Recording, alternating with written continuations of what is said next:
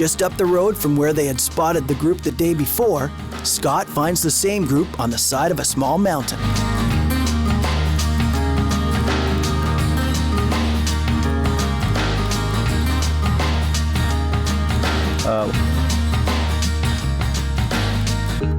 Well, Danielle had the opportunity from Thompson Center to, spot a nice buck from a long distance away again. The team went in to go after it. It had picked up and moved. They climbed a small mountain and got to the top of that hill. And I was off in the distance and had the opportunity to see that buck and the does come around the backside of the hill and start to climb up the mountain. They saw it as it was climbing and was going up higher and higher. They got in a position to shoot, and luckily it gave them that shot, about 200 yards, and she made a great shot. The group stalks in and gets Danielle ready to shoot.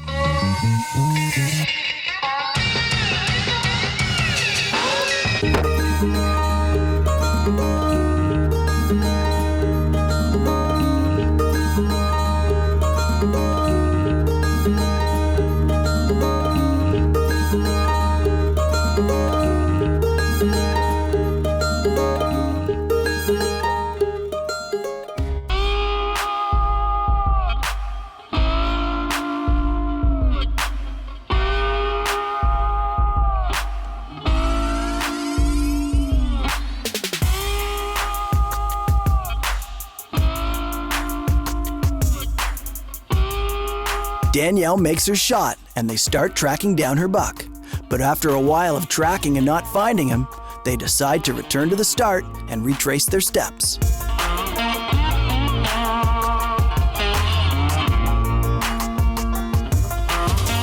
You must not have made it over this ridge right here, Angie.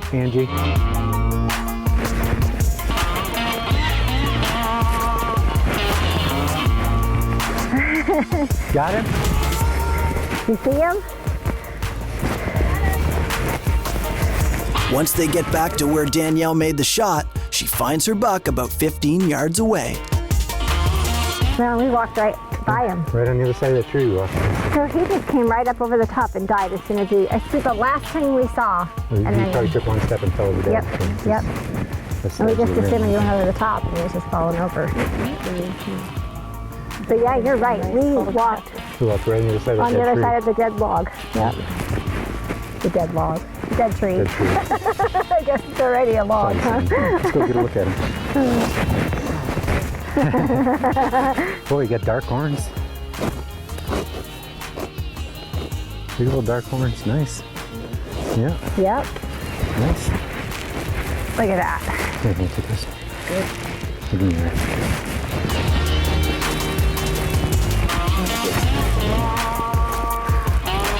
Oh, he's beautiful. You made an excellent shot.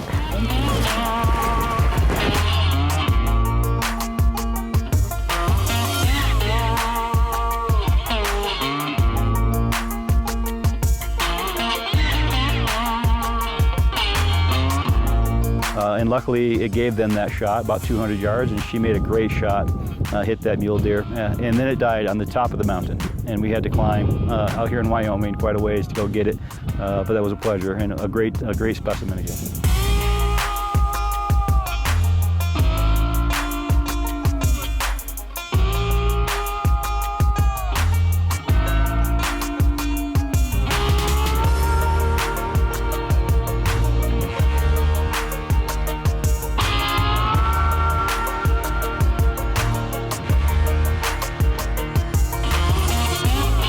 Once Angie gets Danielle's pictures, Scott starts harvesting and packing out her buck. Soon it will be time for Chuck and Keith to take a turn at their own muleys.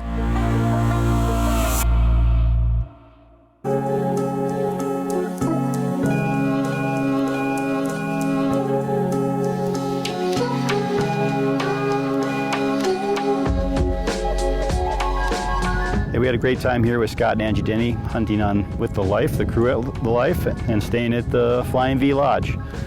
We had, it's always our pleasure, Trijicon and Thompson Center, to host media and writers on this hunt. And very first morning, Keath Wood had the opportunity, driving around, getting out, spotting, stalking, and things came together very quickly for Keath. He was very pleased. He'd been on several mule deer hunts and hadn't gotten a mule deer, so very happy for him to be able to see that come together.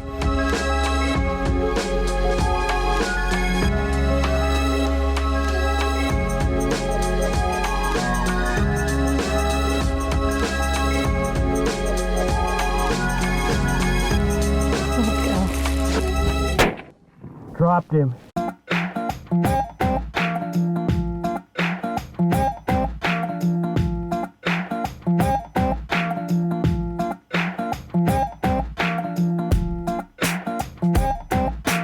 Keath Wood is an outdoor writer who's been on several mule deer hunts, but just never got the chance to shoot one. So he's here at Table Mountain with Chuck Wahr from Trijicon to see if Scott and Angie can turn his luck around. Chuck and Keath head out in the truck with Scott and Angie to start glassing for a mule deer. And just like clockwork, they find a group hidden in the bush just a couple hundred yards out. The group stalks into where they think they can make a shot, and Keath gets himself set up. Angie and Keath watch the group move through the trees and wait for a clean chance. If she was moved, we could shoot.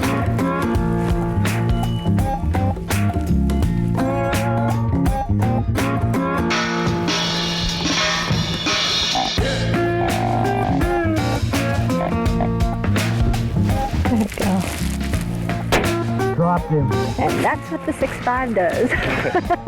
Good job.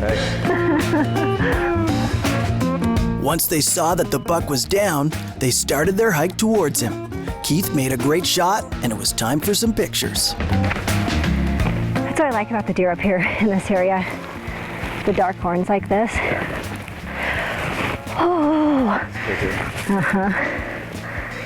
Great job. Awesome. Thank you. Good shooting. I guess now is a good time to tell you it's my first mule deer buck. Yes, this is it's a great first mule deer. Yeah. Really beautiful.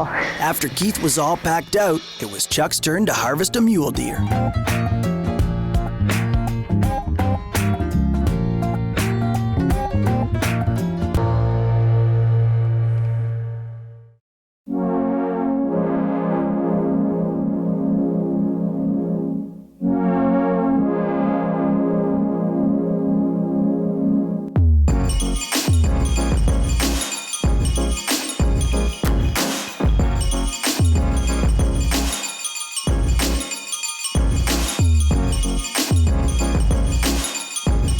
So we pulled out to where we were hunting, pulled up into an area and got out of the truck and started to scout around, and like we typically do here in Wyoming, saw pretty quickly a group of mule deer, two large bucks chasing and kind of competing with each other with a herd of does.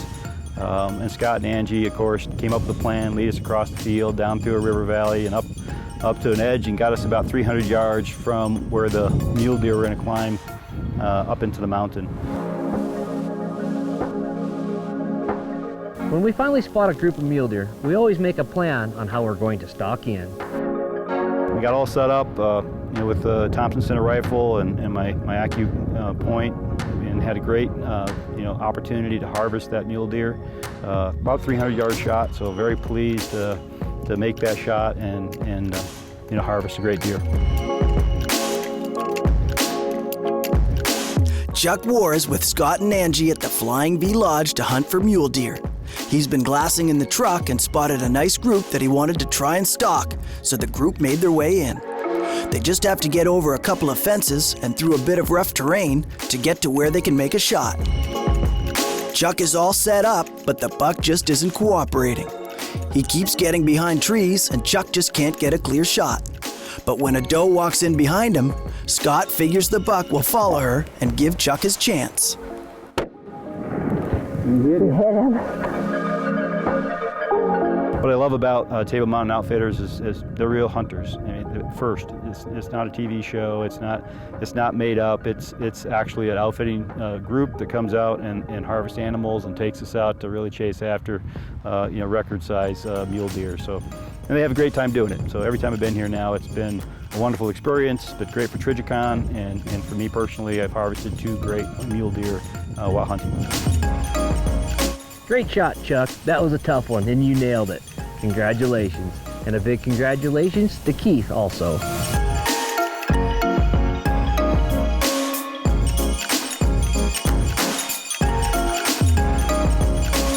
Thanks again to David Frisbee and Kwa Lee for coming back out to visit with us. And Danielle Sanville, thank you for sharing your first mule deer hunt with us. That's it for this week. Join us next week for another episode of The Life.